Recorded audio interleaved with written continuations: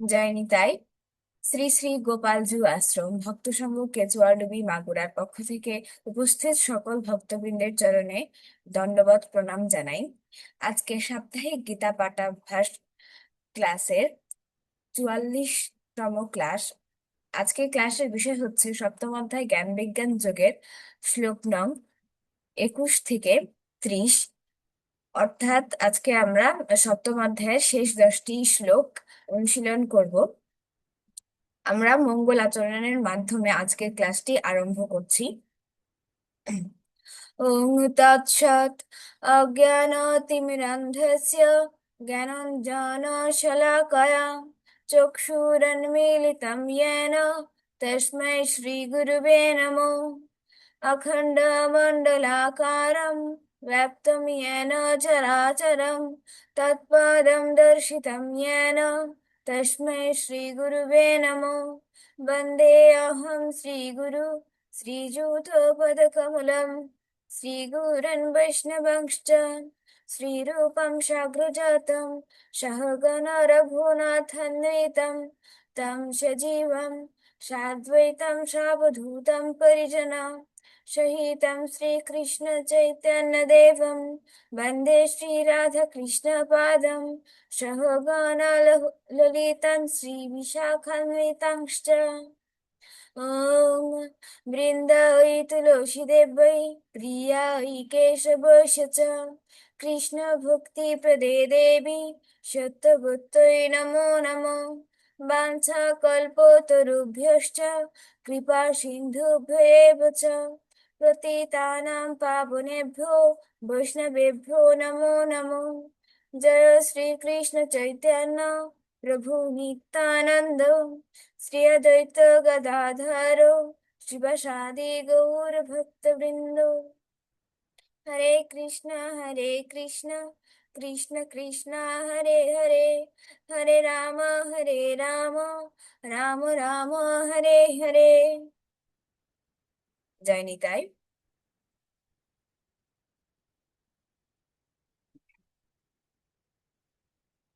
আজকে আমাদের পাঠ্য বিষয় হচ্ছে শ্রীমদ্ ভগবদ গীতার সপ্তম অধ্যায় এর 21 থেকে 30। অর্থাৎ আজকে সপ্তম অধ্যায়ের শেষ 10টি শ্লোক আমরা অনুশীলন করব। আমি প্রথমে শ্লোকগুলি একবার করে পড়ছি এবং পরবর্তীতে আমরা প্রত্যেকটি শ্লোক আলাদা আলাদা করে ভেঙে পড়ার চেষ্টা করব। শ্রীমদ্ ভগবদ গীতা সপ্তম অধ্যায় জ্ঞান বিজ্ঞান যোগ শ্লোক নং 21। यो यो यं यं तनुं भक्तो श्रद्धयार्चितुमिच्छति तस्य तस्याचलं শ্রদ্ধা তমেব বিদধাম্যহম। পরমাত্মা রূপে আমি সকলের হৃদয়ে বিরাজ করি। যখনই কেউ দেবতাদের পূজা করতে ইচ্ছা করে তখনই আমি সেই সেই ভক্তের তাতেই অচল শ্রদ্ধা বিধান করি। শ্লোক নং 22। सतया श्रद्धया युक्तस्तस्याराधनमीहते लभते च ततो कामन् मयिबीव विहितं हितन्। সেই ব্যক্তি শ্রদ্ধাযুক্ত হয়ে সেই দেবতার আরাধনা করেন এবং সেই দেবতার কাছ থেকে আমরা আমারই দ্বারা বিহিত কাম্য বস্তু অবশ্যই লাভ করেন। শ্লোক নং 23।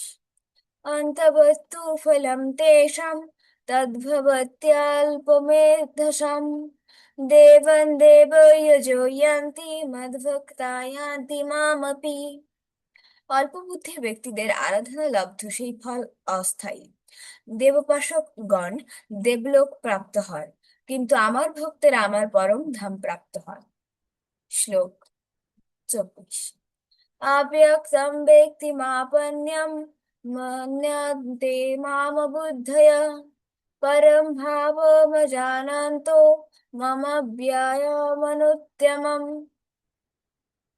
বুদ্ধিহীন মানুষেরা যারা আমাকে জানেন না মনে করে যে আমি পূর্বে অব্যক্ত নির্বিশেষ ছিলাম, এখন ব্যক্তিত্ব পরিগ্রহ করেছি। তাদের অজ্ঞাত ফলে তারা আমার অব্যয় ও সর্বোত্তম পরম ভাব সম্বন্ধে অবগত নয়। শ্লোক নং 25।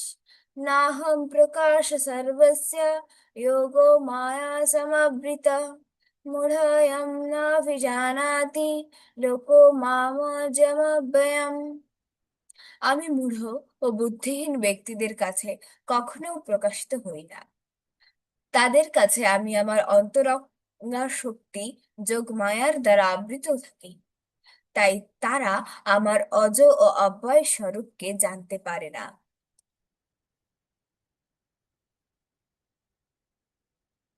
শ্লোক নং 26। वेदाहं समिता तानि वर्तमानानि च अर्जुन भविष्यानि च भूतानि मां तु वेदो न कश्चन। হে অর্জুন, পরমেশ্বর ভগবান রূপে আমি অতীত, বর্তমান ও ভবিষ্যৎ সম্বন্ধে সম্পূর্ণরূপে অবগত। আমি সমস্ত জীব সম্বন্ধে জানি, কিন্তু আমাকে কেউ জানে না। শ্লোক নং 27। इच्छाद्वेषसमुत्थेन द्वन्द्वो मोहेन भारत सर्वभूतानि सम्यहं सर्गयान्ति परन्तप। হে ভারত, হে পরন্তপ, ইচ্ছা ও দেশ থেকে উদ্ভূত দ্বন্দ্বের দ্বারা বিভ্রান্ত হয়ে সমস্ত জীব মোহাচ্ছন্ন হয়ে জন্মগ্রহণ করে। শ্লোক নং 28। येषां तन्तो गतं पापं जनानं पूर्णकर्मणं ये द्वन्द्वो मोहिनी मुक्ता ভজন্তে মাম দৃঢ়ব্রতা।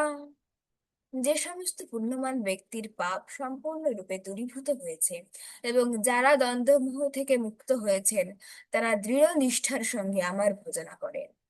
শ্লোক নং 29। जरामरणमक्षय मम श्रितयन्ति ये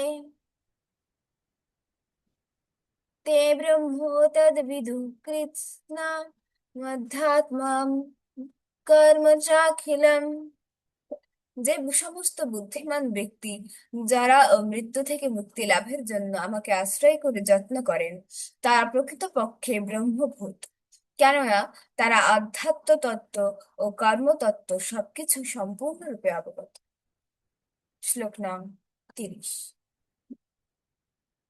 সাধিভূতাধিदैवं মাম সাধিযোগं চ ये विदुः प्रयाणकाले अपि च मां ते बुद्धिर्युक्तचेतসः। যারা অধিভূত তত্ত্ব, অধিদৈব তত্ত্ব, অধিযোগ্য তত্ত্ব সহ আমাকে পরমেশ্বর ভগবান বলে অবগত হন, তারা আমাতে আসক্ত চিত্ত, এমনকি মরণকালেও আমাকে জানতে পারেন। এই ছিল আজকের পাঠ্য বিষয়। আজকে পাঠ্য বিষয়টি আমরা পুনরায় অনুধাবন করার চেষ্টা করছি। শ্লোক 21 থেকে আমরা প্রত্যেকটি শ্লোক এক এক করে পড়ার চেষ্টা করি। আমি এখানে যেই উচ্চারণগুলো সাধারণ বাংলার চাইতে একটু ভিন্ন, সেগুলো আমি আন্ডারলাইন করছি এবং শ্লোকটি পড়ার শেষে আমরা সেই উচ্চারণগুলো নিয়ে একটু ব্যাপক আলোচনা করব। यो यो यं यं तनुं भक्तो श्रद्धयार्चितुमिगच्छति तस्य तस्याचलं श्रद्धं तमेव विदधाम्यहम्। এখানে আমরা বেশ কয়েকটি শব্দে নিচে আন্ডারলাইন করেছি। আমরা শব্দগুলো নিয়ে একটু আলোচনা করি। প্রথমে যে শব্দটা অন্তস্থ জয় ওকার, এটা কিন্তু সাধারণ বাংলায় আমরা জ উচ্চারণ করলেও এই যে যখন সংস্কৃত শ্লোক পড়ছি তখন কি উচ্চারণ করব, ইয়, অর্থাৎ অন্তস্থ ইয় বা ইংরেজি বর্ণ ওয়াই এর মতো উচ্চারণ করব। ইয় ইয় একদম একই রকম উচ্চারণ। এরপরেও ইয়াম ইয়াম, যেখানেই আমরা অন্তস্থ জ পাবো সেটাই কিন্তু অন্তস্থ ইয় বা ইংরেজি বর্ণ ওয়াই এর মতো উচ্চারণ করতে হবে। এখানে অন্তস্থ জয় আকারের সাথে অনুস্বর যে বর্ণ বর্ণের উল্লেখ রয়েছে, এখানে ময়ের মতো উচ্চারণ হবে কিন্তু, কেননা এটা একটা শব্দের শেষে আছে, এবং মনে রাখতে হবে আমরা কিন্তু সংস্কৃত শ্লোক পড়ছি। লেখাগুলো বাংলায় লেখা থাকলেও উচ্চারণ কিন্তু একটু ভিন্ন হবে। ইয়াম ইয়াম, ময়ের মতো উচ্চারণ করছি, কিন্তু এই অনুস্বার যখন শব্দের ভিতরে চলে আসবে তখন এটা অনুস্বার যেভাবে আমরা উচ্চারণ করি তেমনই থাকবে, সাধারণ বাংলার মতো। তনু, এখানেও একই কথা। ভক্ত, বিসর্গ থাকার কারণে এখানে আমরা হয়ের মতো একটা উচ্চারণ আনছি। শ্রদ্ধয়ার্চি তুমি গচ্ছতি তস্য, অন্তস্থ জ যেরকম অন্তস্থ ইয়ার মতো উচ্চারণ হবে, তেমনি জফলার উচ্চারণটাও আমরা ওয়াইয়ের মতো করব। তস্য, তস্য, তস্য, তস্যাচলম শ্রদ্ধম। চলম, ময়ের মতো উচ্চারণ কেন হচ্ছে? কারণ এই অনুস্বারটা শেষে আছে, শব্দের শেষে থাকলে হবে ময়ের মতো উচ্চারণ, এবং শব্দের মাঝখানে যদি আমরা পাই তবে হবে অনুস্বারটা তেমনই উচ্চারণ করতে হবে যেমনটা আমরা বাংলায় করি। এর পরের শব্দটা শ্রদ্ধাম, এখানেও একই ব্যাপার। তামেব বিদধাম্যহম, এখানে দুটি বিষয় খেয়াল করতে হবে। প্রথমে হচ্ছে ময় জফলা, আগেই বলেছি জফলা থাকলে ওয়াইয়ের মতো উচ্চারণ হবে।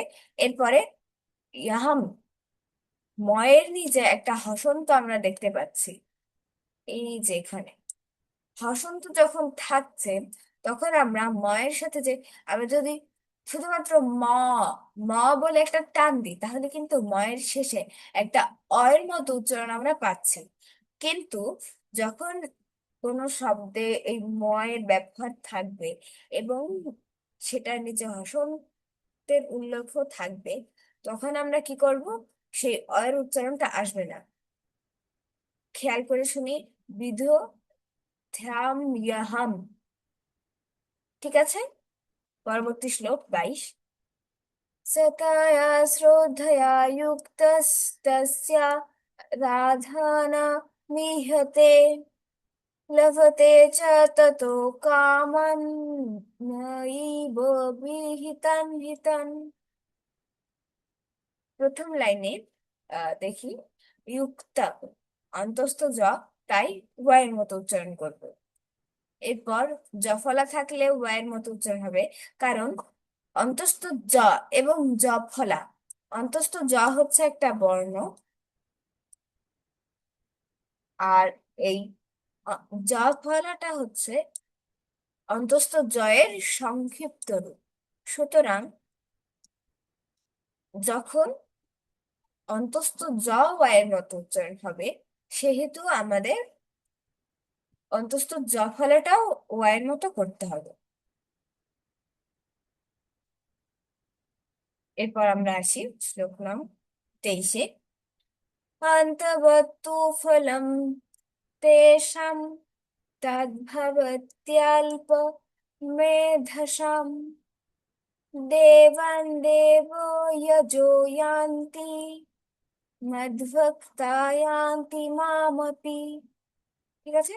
ফলম, ফলম তেষাম, দুটোতেই শেষে অন্তস এই অনুস্বার থাকার কারণে ময়ের মতো উচ্চারণ হচ্ছে। তদ, তদ কেন উচ্চারণ করছি, তদও কেন না, কারণ হচ্ছে তদ দয়ের নিচে একটা হসন্ত আছে। এরপর ভাবত্যাল্প, ভাবত্যাল্প, খেয়াল করে শুনলে বুঝতে পারবো যে এখানে অন্তস্থ জফলাটা থাকার কারণে ওয়ার মতো উচ্চারণ হচ্ছে। দেবান, দেব যজো ইয়ান্তি, উচ্চারণ করে খেয়াল করে শুনি। দেবান, হসন্ত থাকার কারণে দন্তনের সাথে অয়ের উচ্চারণটা আসছে না। এরপর অন্তস্থ জ, পরেরটাতে অন্তস্থ জ আছে, তো আমরা এগুলোতে অন্তস্থ ইয়ার মতো উচ্চারণ করবো। শ্লোক নং 24।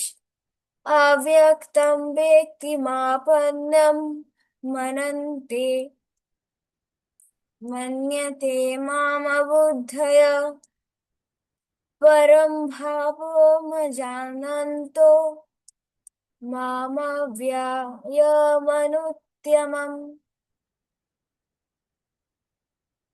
আমরা একটু যদি খেয়াল করে প্রত্যেকটা শ্লোকই পড়ি তবে কিন্তু দেখা যাচ্ছে একই নিয়ম বারবার হচ্ছে। এই যে সুরটা, সুরও কিন্তু একই রকম। তো আমরা যদি এই যে বেসিক কনসেপ্ট যেগুলো, যেমন কোন বর্ণটার ক্ষেত্রে কখন উচ্চারণ ভেদ হচ্ছে, ওগুলো শিখলেই কিন্তু আমরা মোটামুটি একটা আইডিয়া তৈরি করে ফেলতে পারি কিভাবে আমাদের শ্লোকগুলো আসলে উচ্চারণ করা উচিত। তাই প্রত্যেকটা শ্লোকের প্রত্যেকটা শব্দ আহ, শেখার চাইতে আমার মনে হয় এই যে প্রত্যেকটা বর্ণের ক্ষেত্রে আমরা যে উচ্চারণগুলো ভেদাভেদ করি, সেইটা শেখার মাধ্যমেই কিন্তু শ্লোকগুলো আরো সহজ থেকে সহজতর ভাবে আমরা অনুধাবন করতে পারবো। তো আমরা 24 নং শ্লোক পড়েছি, এবার 25 নং শ্লোকে আসি। নাহম প্রকাশো সর্বস্য যোগো মায়া সমাবৃত মূঢ়ায়ম মূঢ়ায়ম, খেয়াল করে শুনি, মূঢ়ায়ম ন বিজানাতি লোকো মামাজমব্যয়ম। প্রত্যেকটা শ্লোকেই কিন্তু আমরা একই ধরনের উচ্চারণ পাচ্ছি, কিন্তু একটু ভিন্ন ধরনের। শ্লোক নং 26। বেদাহং সমতীত্যানি বর্তমানানি চ অর্জুন ভবিষ্যানি চ ভূতানি মাম তু বেদো ন কশ্চন। ঠিক আছে, উচ্চারণগুলো কিন্তু আমরা এই যে প্রথম অধ্যায় থেকে আজকে সপ্তম অধ্যায়, সপ্তম অধ্যায়ের প্রায় শেষের দ্বার প্রান্তে চলে এসেছি।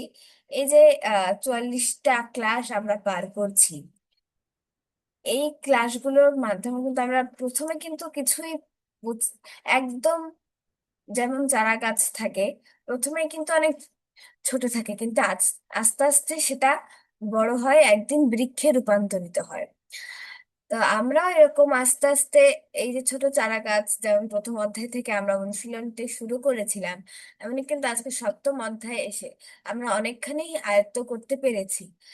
আশা করি গীতার যে 18টি শ্লোক অধ্যায় রয়েছে, 18টি অধ্যায় আমরা একে একে অনুধাবন করার চেষ্টার মাধ্যমে আমরা গীতা পাঠ, এর যে উচ্চারণ, এগুলো আমরা একদম সম্পূর্ণরূপে শিখতে পারবো। পরবর্তী শ্লোক 27। ইচ্ছা দ্বেষ, আমরা আজকের ক্লাসে বফলার উদাহরণ এখনো পাইনি, এটা হচ্ছে প্রথম। দ্বেষ, দ বফলা একার, এখানে বফলা যখন থাকবে তখন কিন্তু যে ডাব্লিউর মতো একটা উচ্চারণ হবে, ইংরেজি বর্ণ ডাব্লিউ। ইচ্ছা দ্বেষ সমুত্থেন, খেয়াল করলে শুনলে বোঝা যাবে। পরে দ্বন্দ্ব মোহেন ভারত সর্বভূতানি সম্যোহম স্বর্গে ইয়ান্তি পরম তপো। ঠিক আছে, এরপর 28 নম্বর শ্লোক। ইয়েষাম ত্বন্ত, ত্বন্ত, ত্বন্ত, এখানে বফলার উচ্চারণটা খেয়াল করে করতে হবে। গতম পাপম জনানম পুণ্য কর্মণম। প্রত্যেকটা শ্লোকের প্রত্যেকটা শব্দই কিন্তু আমাদের যে একদম শিখতে হবে এরকম না, আমাদের উচ্চারণটা দেখতে হবে। আহ আমি যে বিষয়গুলো আন্ডারলাইন করে দিচ্ছি সেগুলো যদি আমরা একটু মনে রাখা, তাহলে কিন্তু আমরা সম্পূর্ণরূপে শেখার দিকে অগ্রসর হতে পারবো। তে দ্বন্দ্ব মোহ নির্মুক্তা ভজন্তে মাম দৃঢ়ব্রতা। ঠিক আছে, শ্লোক নং 29। জরা মরণ মোক্ষায় মম শ্রিতায়ন্তি যতন্তি ইয়ে। খেয়াল করে শুনি, মোক্ষায়, এখানে এই যে যুক্ত বর্ণটা রয়েছে এটা কিন্তু ক যোগ মূর্ধন্য ষ। তাই এখানে আমরা যখন সাধারণ বাংলা পড়ি তখন কিন্তু আহ এটা কিছুটা খয়ার মতো উচ্চারণ আমরা করি, বাংলা ব্যঞ্জন বর্ণের দ্বিতীয় অক্ষর ক্ষয়ের মতো উচ্চারণ করি, কিন্তু যখন আমরা সংস্কৃত শ্লোক পড়ছি তখন কি হবে, এটার উচ্চারণ কিন্তু ওই যে দুটো যুক্ত বর্ণ, দুটো যুক্ত বর্ণের উচ্চারণ, বর্ণ দুটোর উচ্চারণ কিন্তু আমাদের করতে হবে। মক্ষায়, মানে কয়ের উচ্চারণ আসছে, ওই যে মূর্ধন্য ষয়ের উচ্চারণটাও আসছে, খেয়াল করে করতে হবে। তে ব্রহ্ম, ব্রহ্ম, এখানে এই যে ব্রহ্ম, এই পরের যে যুক্ত বর্ণটা এটা কিন্তু হ যোগ ম, তাই তাহলে এটা খেয়াল করে শুনি কেমন হবে, ব্রহ্ম। ঠিক আছে, তদ্বিদু কৃৎ নামধ্যাত্মম, কৃৎসনম আধ্যাত্মম কর্ম চাখিলম। ঠিক আছে, এবার আজকের ক্লাসের অর্থাৎ সপ্তম অধ্যায়ের শেষ শ্লোক, শ্লোক নং 30। साधिभूताधिदैवाम्यां साधियोगं च ये विदु प्रयाणकालयोऽपि च मां ते विदुर्युक्तचेतसः। ঠিক আছে,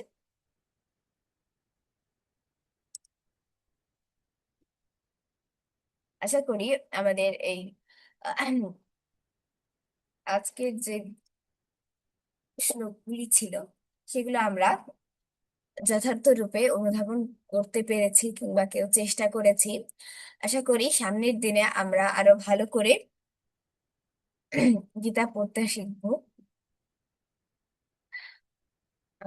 আজকের ক্লাস এই পর্যন্তই ছিল। এবার